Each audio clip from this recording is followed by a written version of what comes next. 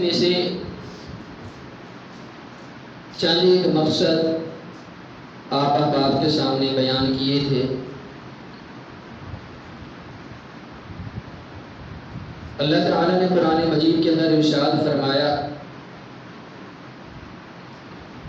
وَالَّذِي بَعَثَ فِي الْأُمِّيِّينَ رَسُولًا مِّنْ أَنفُسِهِمْ يَتْلُو عَلَيْهِمْ آيَاتِهِ وَيُزَكِّيهِمْ وَيُعَلِّمُهُمُ الْكِتَابَ وَالْحِكْمَةَ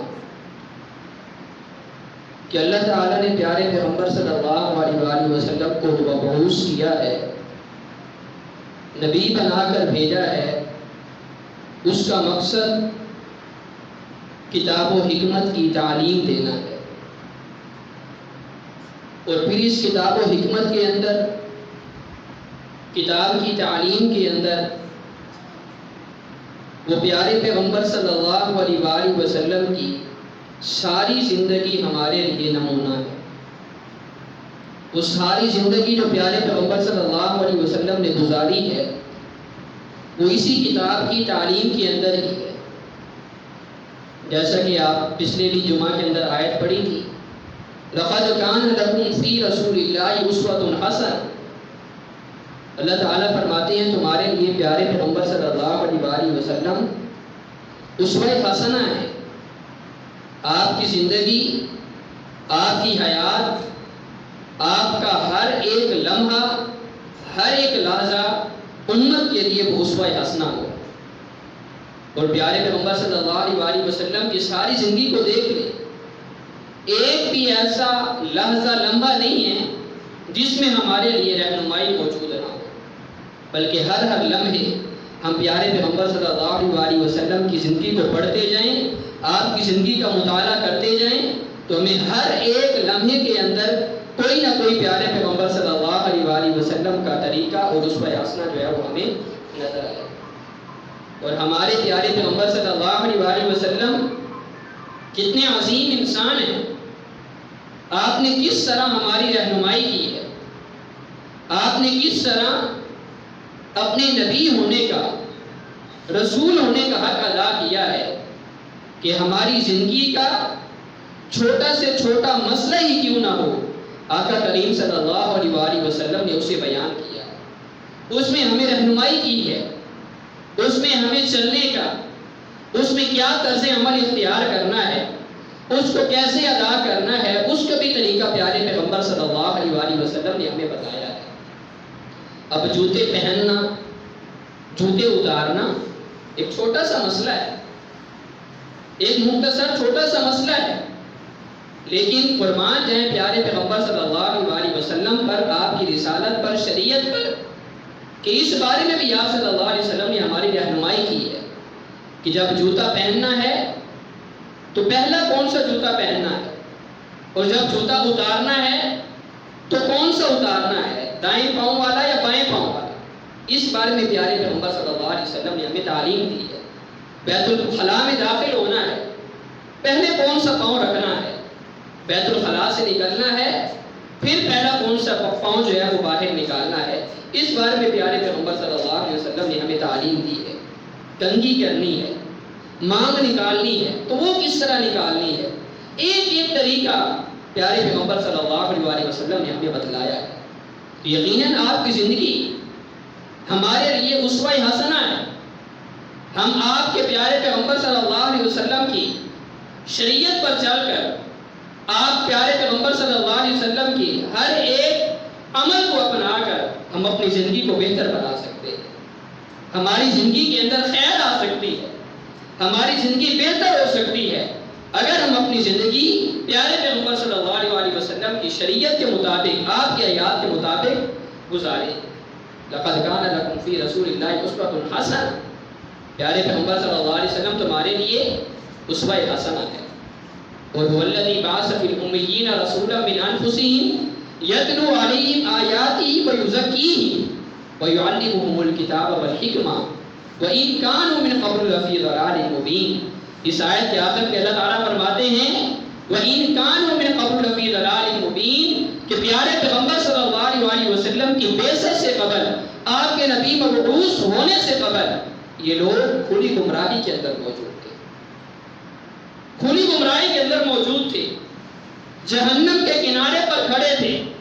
فَأَنْقَذَكُم مِّنْهَا، اللہ تعالیٰ فرماتے ہیں وَكُنْتُمْ عَلَىٰ شَفَا حُفْرَةٍ مِّنَ النَّارِ، تم جہنم کے کنارے پر کھڑے تھے، اس نبی نے آ کر تمہیں اس جہنم سے کنارے سے بچایا ہے، اس نبی نے آ کر تمہاری رہنمائی کی ہے۔ یہ پیارے پیغمبر صلی اللہ علیہ وسلم کی بعثت کا مقصد کہ پہلی امت جو ہے وہ گمراہی کے اندر تھی، اور کس قدر گمراہی تھی، اگر انسان اسے سوچے تو عقل حیران اور پریشان رہ جاتی ہے کہ کس قدر پہلے گمراہی تھی، کس قدر لوگ گمراہی کے اندھیروں کے اندر ڈوب چکے تھے۔ پیارے پیغمبر صلی اللہ علیہ وسلم کی بعثت سے قبل کوئی انصاف کا نظام نہیں تھا، کوئی عزت و آبرو کی حفاظت نہیں تھی، ماں جیسے عظیم مقدس رشتے کے ساتھ نکاح کرنا جائز تھا۔ یہ پیارے پیغمبر صلی اللہ علیہ وسلم کی بعثت سے قبل جہالت تھی۔ آقا کریم صلی اللہ علیہ وسلم نے آ کر ماں کے حقوق بتلائے، رشتوں کے حقوق بتلائے، ماں کا تقدس بتلایا، ماں کی عزت بتلائی، اور قرآن کریم نے ارشاد فرما دیا حرمت علیکم امہاتکم، کہ جن عورتوں سے تمہارے ماں تو تمہارے باپ نے نکاح کیا ہے وہ تم پر حرام ہے، کسی صورت میں وہ تمہارے لیے حلال اور جائز نہیں ہے۔ اگرچہ تمہارا باپ اسے طلاق دے دیتا ہے، وہ تمہارے باپ کے نکاح سے فارغ ہو جاتی ہے، نکل جاتی ہے، لیکن وہ کسی صورت بھی تمہارے نکاح کے اندر نہیں آ سکتی۔ لیکن آپ کی بعثت سے قبل ماں کے ساتھ نکاح کیا جاتا تھا۔ یہ اندھیرا تھا، یہ ضلالت تھی، یہ گمراہی تھی، اور آپ صلی اللہ علیہ وسلم کی بعثت سے قبل بیٹیوں کو ایک گناہ سمجھا جاتا تھا۔ جب کسی گھر کے اندر بیٹی پیدا ہوتی تھی، یتوارا من القوم من سوء ما بشر بہ، اللہ تعالیٰ فرماتے ہیں وہ لوگوں سے منہ چھپاتا تھا، لوگوں سے چھپ جاتا تھا، گھر بیٹھ جاتا تھا، من سوء ما بشر بہ، کہ جس برائی کی اسے خوشخبری دی گئی ہے، جو بیٹی اس کے گھر پیدا ہو چکی ہے، وہ اسے ذلت سمجھتا، رسوائی سمجھتا، اور اس رسوائی سے بچنے کے لیے وہ اپنے گھر کے اندر قید ہو کر رہتا۔ اب اس کے پاس دو ہی آپشن ہوتے تھے، ایمسکہ علی ہون ام یدسہ فی التراب، یا پھر ساری زندگی اس ذلت کو برداشت کرے، اس ذلت کا سامنا کرے، ام یدسہ فی التراب، یا پھر اس کو مٹی کے اندر دفن کر، اس کا خاتمہ کر دے، مٹی کے اندر دفن کر دے۔ اب کیا ہوتا تھا؟ کون ایسا بندہ ہوتا تھا جو زندگی بھر کی رسوائی جو ہے وہ اپنے سامنے اس کو دیکھے، زندگی بھر رسوا ہوتا رہے؟ ایسا اس کے لیے ممکن نہیں تھا۔ تو پھر وہ دوسرے آپشن پر عمل کیا کرتے تھے، یدسہ فی التراب، اسے مٹی کے اندر دفن کر دیا کرتے تھے۔ شریعت نے آ کر، پیارے پیغمبر صلی اللہ علیہ وسلم نے آ کر بیٹی کے حقوق بتلائے، بیٹی کی عظمت بتلائی، بیٹی کی شان بتلائی، بیٹی کا مقام بتلایا، اور آقا کریم صلی اللہ علیہ وسلم نے نوید سنائی، خوشخبری سنائی، اے لوگو یہ بیٹی تمہارے لیے بوجھ نہیں ہے، یہ بیٹی تمہارے لیے کوئی بوجھ، آزمائش نہیں ہے، رسوائی کا سبب نہیں ہے، بلکہ یہ بیٹی اگر بچپن کے اندر فوت ہو جاتی ہے، بچپن کے اندر ماں باپ کو جدائی دے جاتی ہے، کل قیامت کے دن جب اس کے والدین جنت میں جائیں گے تو یہ بیٹی دروازے پر کھڑی ہوگی، کبھی باپ کو آواز لگائے گی، کبھی ماں کو آواز لگائے گی، اے میرے ماں باپ آپ جنت کے اندر داخل ہو جائیں۔ یہ بیٹی دروازے پر کھڑی ہوگی کل قیامت کے دن۔ اور ایک اور حدیث کے اندر آقا کریم صلی اللہ علیہ وسلم فرماتی ہیں جس شخص کو اللہ تعالیٰ بیٹی عطا کرتا ہے وہ اس کی اچھی پرورش کرتا ہے، اچھی تربیت کرتا ہے۔ یہاں پر آقا کریم صلی اللہ علیہ وسلم نے ہماری رہنمائی کے لیے صرف یہ نہیں کہا کہ بیٹی پیدا ہوئی، جوان ہوئی، اس کا فرض ادا کر دیا، نہیں، بلکہ کہا بیٹی پیدا ہوئی ہے، اب وہ اس کا کھانا پینا وہ اسے اچھا کھلاتا ہے، اپنی وسعت کے مطابق، طاقت کے مطابق اسے جو ہے وہ کھانا کھلاتا ہے، اپنی وسعت کے مطابق اسے کھانا کھلاتا ہے، رہائش دیتا ہے، اور صرف کھانے پر بس نہیں کی بلکہ کہا وہ اس کی اچھی پرورش بھی کرتا ہے، اسے تعلیم دیتا ہے، اسے قرآن اور حدیث کا علم سکھاتا ہے، اسے قرآن اور حدیث کے علم سے آشنا کرواتا ہے، اسے دین کی سمجھ عطا کرتا ہے، اسے دین سمجھاتا ہے، دین سکھلاتا ہے، تو پیارے پیغمبر صلی اللہ علیہ وسلم فرماتے ہیں وہ بیٹی فوت ہو جائے، دنیا سے چلی جائے، رخصت ہو جائے، تو کل قیامت کے دن جس وقت یہ جائے گا تو وہ بیٹی جس نے اچھی تربیت کی تھی، پرورش کی تھی، وہ بیٹی کل قیامت کے دن جنت کے دروازے پر کھڑی ہوگی اور اپنے والدین کو آواز دے رہی ہوگی۔ لہذا اپنے بچوں کو، بچیوں کو تعلیم دیجیے۔ آج ہمارے معاشرے کے اندر ایک نئی چیز یہ پیدا ہو چکی ہے کہ ہم اپنی بچیوں کو جو ہے وہ جو سکول کی تعلیم ہوتی ہے وہ تو دیتے ہیں، لیکن جو ہمارا اصل دین ہے، شریعت ہے، قرآن و حدیث ہے، اس کے علم سے ان کو دور رکھتے ہیں۔ یہ سراسر ناانصافی ہے۔ جس طرح بچوں کا حق ہے ان کو دین کی تعلیم بھی دیں، دنیاوی تعلیم بھی دیں، اسی طرح بچیوں کا بھی حق ہے ان کو دین کی تعلیم بھی دیں اور دین کی تعلیم کے ساتھ ساتھ دنیاوی تعلیم بھی دیں۔ تو یہ دین ہمیں بیٹی کی عزت سکھلاتا ہے۔ یہ پیارے پیغمبر صلی اللہ علیہ وسلم نے آ کر ہمیں بتلایا ہے کہ بیٹی کا کیا مقام ہے، بیٹی کی کیا عزت ہے، بیٹی کی کیا حیثیت ہے، کیا مقام ہے، یہ پیارے پیغمبر نے ہمیں سکھلایا ہے۔ وَإِذْ كَانُوا مِن قَبْلُ فِي ضَلَالٍ مُبِينٍ، پیارے پیغمبر کی بعثت سے قبل لوگ گمراہی کے اندر ڈوب چکے تھے اور اپنی بیٹیوں کو ضلالت سمجھ کر، رسوائی سمجھ کر، ذلت سمجھ کر دفنا دیا کرتے تھے۔ یہ پیارے پیغمبر صلی اللہ علیہ وسلم نے تعلیم دی، ہمیں سمجھایا، اور آپ صلی اللہ علیہ وسلم کی بعثت سے قبل ظلم و ناانصاف تھا، جور و جبر تھا، ظلم تھا، ناانصافی تھی۔ کوئی کسی کا قتل ہو جاتا تو ساری زندگی پھر سالہ سال ناجائز قتل ہوتے رہتے تھے۔ ایک قتل کی بنیاد پر ہزاروں قتل ہو جایا کرتے تھے۔ ایک قتل ہوا ہے، اب وہ تو قتل ہو گیا، لیکن اس کی وجہ سے اب یہ سالہ سال یہ دشمنی چلی جاتی تھی اور ہزاروں بندے جو ہے وہ ناجائز مارے جاتے تھے۔ تو پیارے پیغمبر صلی اللہ علیہ وسلم نے آ کر اس ظلم کو ختم کیا، اور قرآن مجید کے اندر رب العالمین نے اس بارے میں احکامات نازل کیے کہ کس شخص کو قتل کرنا ہے۔ کوئی کسی کو قتل کر دیتا ہے، اب وہ جس نے قتل کیا ہے، جو قاتل ہے، اس کو ہی قتل کیا جائے گا، اس کے علاوہ کسی اور کو قتل نہیں کیا جائے گا۔ یہ نہیں ہے کہ کوئی امیر ہے، کبیر ہے، کوئی بڑا ہے، کوئی شان و شوکت والا ہے، کوئی مال و دولت والا ہے، کوئی جاہ و جلالت والا ہے، اس نے کسی غریب کو قتل کر دیا ہے تو اب اس امیر کو قتل نہیں کرنا، یہ شریعت نے نہیں بتایا۔ یا امیر اپنا کوئی غلام دے دے، کوئی نوکر دے دے، اس کو قتل کر دیا جائے، نہیں، بلکہ شریعت کہتی ہے جس نے قتل کیا ہے اسی کو قتل کیا جائے۔ اگر قصاص لینا تو پھر اس صورت میں، اگر ہاں وہ رسا راضی ہو جاتے ہیں دیت لینے پر، تو شریعت نے یہ بھی اختیار کیا ہے کہ آپ قتل کو معاف کر کے دیت بھی لے سکتے ہیں۔ اور قرآن مجید نے اس کو حیات کہا ہے، وَلَكُمْ فِي الْقِصَاصِ حَيَاتٌ يَا أُولِي الْأَلْبَابِ لَعَلَّكُمْ تَتَّقُونَ۔ محدثین نے قرآن مجید کی چند ایک ایسی آیات لکھی ہیں جو آیات تو مختصر ہیں، جو آیات تو چھوٹی ہیں، لیکن ان آیات کے اندر جو معانی ہیں، جو مفاہیم، مطالب ہیں، وہ بہت زیادہ ہیں۔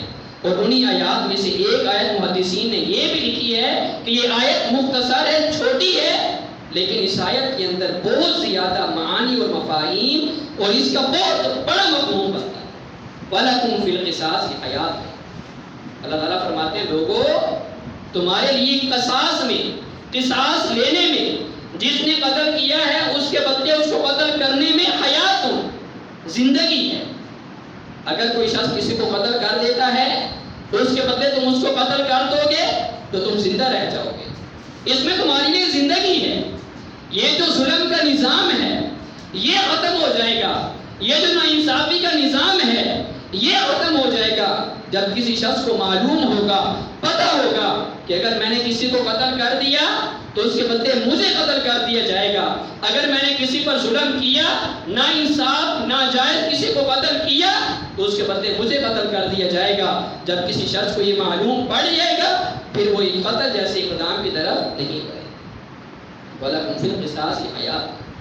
پیارے پیغمبر صلی اللہ علیہ وسلم کی بعثت سے قبل لوگ گمراہی کے اندر موجود تھے، ایک قتل کی بنا پر ہزاروں لوگ قتل ہو جایا کرتے تھے، لیکن پیارے پیغمبر صلی اللہ علیہ وسلم نے اس ظلم کے نظام کو ختم کیا، لوگوں کو امن دیا، لوگوں کو سکون دیا، اور آپ صلی اللہ علیہ وسلم کی بعثت سے قبل لوگ گمراہی کے اندر موجود تھے۔ وَإِنْ كَانُوا مِن قَبْلُ لَفِي ضَلَالٍ مُبِينٍ، کیسی گمراہی، بیٹیوں کو قتل کر رہے ہیں، ماں کے ساتھ نکاح کر رہے ہیں، دنیا پر جو ہے وہ ناانصافی ہو رہی ہے۔ آقا کریم صلی اللہ علیہ وسلم کی جب بعثت ہوئی، آپ مبعوث ہوئے، تو پیارے پیغمبر صلی اللہ علیہ وسلم نے ان تمام تر ظلموں کا، ان تمام تر ناانصافیوں کا خاتمہ کیا اور اس دنیا پر رب تعالیٰ کی شریعت کا نفاذ کیا۔ وَإِنْ كَانُوا مِن قَبْلُ لَفِي ضَلَالٍ مُبِينٍ، یقیناً یہ آپ وسلم کی بعثت کا بڑا مقصد ہے کہ آپ نے گمراہیوں کا خاتمہ کیا ہے، ظلم کا خاتمہ کیا ہے، اور سب سے بڑی گمراہی وہ غیر اللہ کی عبادت ہے۔ لوگ جو ہے وہ غیر اللہ کی عبادت کیا کرتے تھے، پتھروں کی عبادت کیا کرتے تھے، پتھروں کو پوجا کرتے تھے، ان کے سامنے نظر و نیاز کیا کرتے تھے، منت منوتی کیا کرتے تھے۔ پیارے پیغمبر صلی اللہ علیہ وسلم نے آ کر سب سے پہلے جو ہے وہ اپنی امت کو اس گمراہی سے نکالا، ایک اکیلے اللہ تعالیٰ کی عبادت کی طرف دعوت دی، ایک معبود پر سب لوگوں کو یکجا کیا، جمع کیا، کہا اللہ کے علاوہ کوئی حاجت روا نہیں ہے، کوئی اللہ کے علاوہ مشکلیں ٹالنے والا نہیں ہے، کوئی اللہ کے علاوہ اولاد دینے والا نہیں ہے، کوئی اللہ کے علاوہ حاجت روا نہیں، مشکل کشا نہیں، داتا گنج بخت دستگیر غوث اعظم، رب کے علاوہ ہے کہ نہیں۔ یہ دعوت ہے، بتوں کو توڑا، بتوں کا خاتمہ کیا۔ جو کعبہ رب تعالیٰ کا عظیم مقدس گھر ہے، جس کو کافروں نے بت خانہ بنا رکھا تھا، جس کے اندر بتوں کو اکٹھا کر رکھا تھا، جمع کر رکھا تھا، پیارے پیغمبر صلی اللہ علیہ وسلم نے آ کر ان بتوں کا خاتمہ کیا، ان بتوں کو توڑ دیا، ان کا خاتمہ کر دیا، کلا کما کر دیا، بیت اللہ سے بتوں کا صفایا کر دیا۔ ایک دن پیارے پیغمبر صلی اللہ علیہ وسلم صحابہ کرام کے ساتھ سفر میں جا رہے تھے، ایک بیری کے پاس سے گزرے، بیری کا درخت اس کے پاس سے گزرے، وہاں پر صحابہ کرام نے دیکھا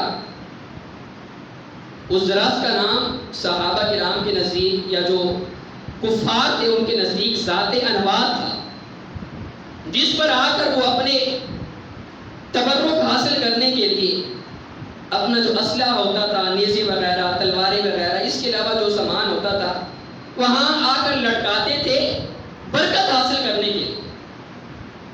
اب جو نئے نئے صحابہ کرام مسلمان ہوئے تھے ان کے ذہن میں ابھی اس طرح کی باتیں نہیں تھی، تو صحابہ کرام نے کہا اللہ کے نبی اجعل لنا ذات انواط کما لہم، اے نبی ہمارے لیے اسی طرح ایک بیری مقرر کر دیں جس طرح یہ کفار کی بیری ہے، جہاں پر آ کر یہ اپنی برکت حاصل کرتے ہیں، برکت کا حصول کرتے ہیں، اسی طرح آپ ہمارے لیے بھی ایک بیری مقرر کر دیں۔ تو پیارے پیغمبر فرماتے ہیں آپ نے ایسے کہا ہے جس طرح موسیٰ علیہ السلام کو ان کے ساتھیوں نے کہا تھا اجعل لنا الہا کما لہم آلیہ، اے موسیٰ ہمارا بھی ایک الہ بنا دے جس طرح ان کا الہ ہے۔ تو آپ نے تو وہی بات کر دی ہے جس طرح کفار نے، جس طرح موسیٰ علیہ السلام کے حواریوں نے موسیٰ علیہ السلام سے کہا تھا۔ تو یہاں پر پیارے پیغمبر صلی اللہ علیہ وسلم نے اس عقیدے کا رد کیا، وہ جو شرک کی طرف لے جانے والا عقیدہ ہے کہ یہ جگہ بابرکت ہے، اس سے تبرک حاصل ہوتا ہے، یہ مقام بابرکت ہے، یہ بیری بابرکت ہے، یہ قبر بابرکت ہے، اس سے تبرک حاصل ہوتا ہے، اس عقیدے کا، اس نظریے کا پیارے پیغمبر صلی اللہ علیہ وسلم نے خاتمہ کیا ہے۔ اور بھی کئی سارے ایسے مقامات ہیں جو شریعت کے اندر ہمیں پتہ چلتے ہیں جن کا پیارے پیغمبر صلی اللہ علیہ وسلم نے رد کیا اور صحابہ کرام کو پکا موحد بنایا، توحید کی دعوت دی۔ سب سے پہلے آ کر پیارے پیغمبر صلی اللہ علیہ وسلم نے جب تمام لوگوں کو جمع کیا تھا تو یہ نہیں کہا کہ لوگوں نماز قائم کرو، لوگوں زکوٰۃ ادا کرو، لوگوں رمضان کے روزے رکھنے ہیں، لوگوں اپنے معاملات کو درست کرو، یہ نہیں کہا، بلکہ کہا قولوا لا الہ الا اللہ، لوگوں لا الہ الا اللہ پڑھو، اللہ کی توحید کا اقرار کرو، اللہ کی وحدانیت کا اقرار کرو. اس کے بعد کہا نماز پڑھنی ہے، روزہ رکھنا ہے، اس کے بعد تمام تر معاملات ہے. پہلے توحید ہے، توحید کو درست کرنا ہے. پہلے اپنا جو عقیدہ توحید ہے اس کو درست کریں گے تو باقی اعمال کا بعد میں سلسلہ شروع ہوگا. اگر عقیدہ توحید درست نہیں ہے تو باقی اعمال تو قبول ہی نہیں ہونے. اسی لیے جو ارکان اسلام ہیں ان میں سب سے پہلے عقیدہ توحید ہے، توحید کی دعوت ہے. اس کے بعد نماز ہے، روزہ ہے، حج ہے، زکوٰۃ ہے. اور پیارے پیغمبر صلی اللہ علیہ وسلم نے جب حضرت معاذ بن جبل رضی اللہ تعالی عنہ کو یمن کی طرف بھیجا تھا تو سب سے پہلے یہ کہا ہے معاذ آپ نے ان کو کلمہ طیبہ لا الہ الا اللہ کی دعوت دینی. فَإِنْهُمْ أَجَابُوكَ لِذَلِكَ فَادْعُوهُمْ إِلَى الصَّلَاةِ. اگر وہ آپ کی کلمہ طیبہ کی دعوت کو قبول کر لیتے ہیں، توحید کی دعوت کو قبول کر لیتے ہیں، فَادْعُوهُمْ إِلَى الصَّلَاةِ، پھر ان کو نماز کی دعوت دینی ہے. اگر وہ آپ کی کلمہ طیبہ کی دعوت قبول نہیں کرتے، لا الہ الا اللہ کا اقرار نہیں کرتے، اللہ کی وحدانیت کا اقرار نہیں کرتے، پھر نماز کی دعوت نہیں دیتے. کیوں؟ بنیاد توحید ہے، بنیاد عقیدہ توحید ہے. اگر عقیدہ توحید درست ہوگا تو پھر باقی اعمال قبول ہوں گے. اگر عقیدہ توحید درست نہیں ہے تو پھر باقی اعمال کے قبول نہیں.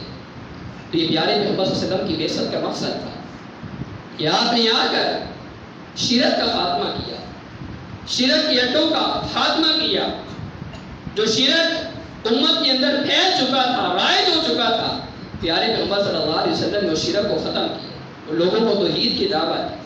لیکن آج افسوس کی بات تو یہ ہے کہ جس نبی کے بعثت کا مقصد یہی تھا لوگوں کو توحید کی دعوت دینا، شرک کا خاتمہ کرنا، اس نبی کی امت، اس نبی کا کلمہ پڑھنے والے، اس نبی کے امتی کہلوانے والے، وہ آج جگہ جگہ جا بجا جو ہے وہ شرک کے اڈے کھولے ہوئے، جہاں پر ان کی منت منوتی ہوتی ہے، نظر و نیاز ہوتی ہے. اب ہر علاقے کے اندر، ہمارے ملک پاکستان کا کوئی ایسا علاقہ شاید نہ ہو جہاں پر مزارات نہ ہو، جہاں پر غیر اللہ کی عبادت نہ ہوتی ہو. غیر اللہ کی عبادت صرف یہ نہیں ہے کہ اس کو سجدہ کیا جائے. ہم نے صرف یہی سمجھ لیا ہے کہ غیر اللہ کی عبادت یہ ہے کہ صرف اس کو سجدہ کرے. نہیں، اس کو نفع نقصان کا مالک سمجھنا، اس کی قبر پر جا کر فاتحہ پڑھنا، اس سے دعا مانگنا، اس کو سب کچھ سمجھنا، یہ بھی شرک ہے. صرف سجدہ کرنا شرک نہیں ہے. لہذا پیارے پیغمبر صلی اللہ علیہ وسلم کی بعثت کے مقصد کو سمجھے. آپ کو اللہ تعالیٰ نے کس لیے نبی بنا کر بھیجا، کس لیے رب العالمین نے آپ کو مبعوث کیا. اور پیارے پیغمبر صلی اللہ علیہ وسلم نے اپنی 23 سالہ دور نبوت کے اندر جا بجا پیارے پیغمبر صلی اللہ علیہ وسلم نے توحید کی دعوت دی ہے. جہاں پر بھی آپ کو ذرا سا شرک کا شائبہ نظر آیا، فوراً پیارے پیغمبر صلی اللہ علیہ وسلم نے اس کا خاتمہ کیا ہے. لیکن افسوس آج ہم اس نبی کے امتی کہلوانے والے ہیں اور آج ہم نے اپنے پیر اور اپنے مرشد بنا رکھے ہیں، جہاں پر جا کر ہم ان سے نظر نیاز کرتے ہیں. اور کتنے ہم جاہل ہیں، ہمارا یہ نعوذ باللہ عقیدہ بن چکا ہے کہ اللہ جو ہے یہ واسطے کے بغیر نہیں سنتا. نعوذ باللہ اللہ جو ہے وہ واسطے کے بغیر نہیں سنتا.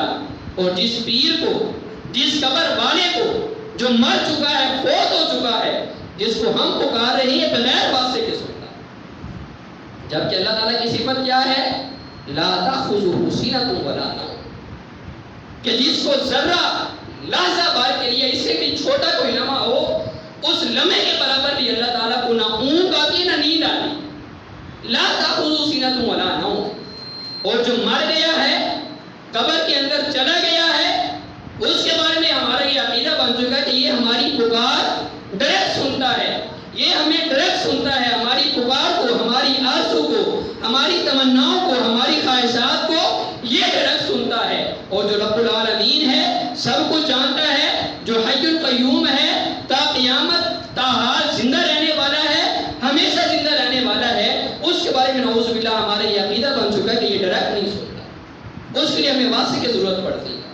پھر ہم عجیب قسم کی مثالیں دیتے ہیں کہ جیسا کہ آپ نے چھت پر چڑھنا ہے تو اس کے لیے آپ کو سیڑھی کی ضرورت ہے. نعوذ باللہ ایسے اگر آپ نے رب العالمین سے ہم کلام ہونا ہے تو اس کے لیے آپ کو واسطے کی ضرورت ہے. انا للہ و انا الیہ راجعون، یہ ہمارا عقیدہ بن چکا ہے۔ ہم نبی کی امتی کے ہروانے والے ہیں، نبی کا کلمہ پڑھنے والے ہیں، اور آج ہمارے عقیدہ توحید کس طرح خطرناک بن چکے ہیں۔ اور افسوس کی بات تو یہ ہے کہ ہمارے ہاں ایک یہ بات بھی پھیلا دی گئی ہے کہ جس نے پیارے پیغمبر کا کلمہ پڑھ لیا وہ مشرک ہو ہی نہیں سکتا، یعنی کلمہ کو مشرک نہیں ہو سکتا۔